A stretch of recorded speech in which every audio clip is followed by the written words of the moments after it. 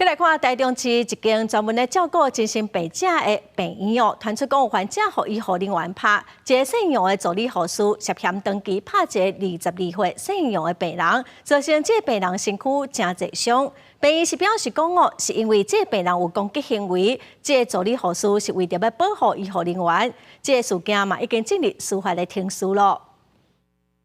腹肚顶头乌青结灰，身躯顶还有明显的伤痕。姓杨患者的老爸讲，囡仔伫台中市区这间病院接受监护处分治疗，不过去年9月，却佫就介互一名姓林护做干部拍，即期有登记共虐待。房间里面哦，捶打他的肚子啊，打了好几拳啊，而且哦，那整个血啊都泛出来，这个乌青啊那样。医院发生任何事情都没有任何人来通报。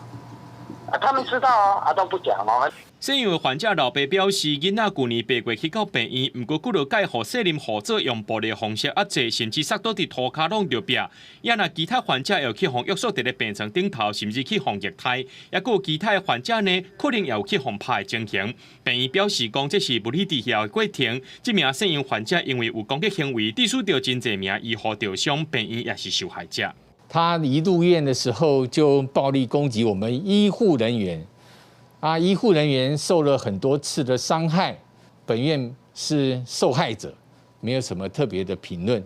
他担任组长，他比较这个管理上面蛮严格的，就是对这个他们同样的这样的这个我们叫做护佐人员他都有很多的规范。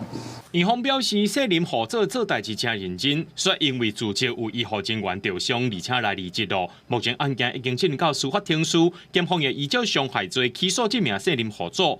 另外，病院也方逼讲有人诈领保险费，病院也否认。台中市卫生局已经介入调查，确认敢有人违法。记者综合报道。